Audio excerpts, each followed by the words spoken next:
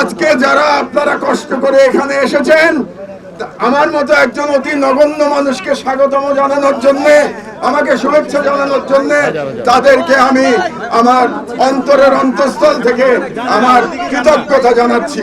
আপনাদের কাছে শুধু একটাই আমার অনুরোধ, আপনারা আমার অসুস্থ মায়ের জন্য দোয়া করবেন। আর সর্বশেষ কথা গুরুত্বপূর্ণ, এই কথাটা মনোযোগ দিয়ে শুনুন, আপনারা চুপ করে শুনুন, স্লোগান না দিয়ে শুনুন।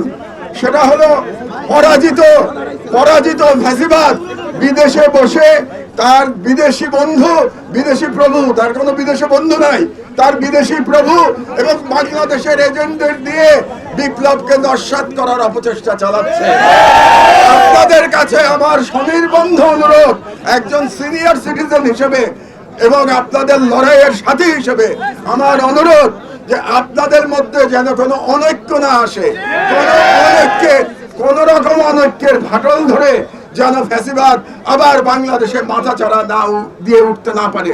ফ্যাসিবাদের কবর হয়েছে, ফ্যাসিবাদের পতন হয়েছে, কিন্তু সেটা যেন চিরদিনের জন্য হয়ে যায়। এই কারণে আপনারা যারা লড়াই করেছেন, যে ছাত্র জনতা, যে সমন্বয়করা লড়াই করেছেন, সবাই ঐক্যবদ্ধ থাকুন। আপনারা ছোটখাটো কারণে অনৈক্য সৃষ্টি করবেন না। আপনাদের কাছে এই বিপ্লবী ছাত্র জনতার কাছে এই আহ্বান রেখে আমার বক্তব্য শেষ করছি। আল্লাহ হাফেজ।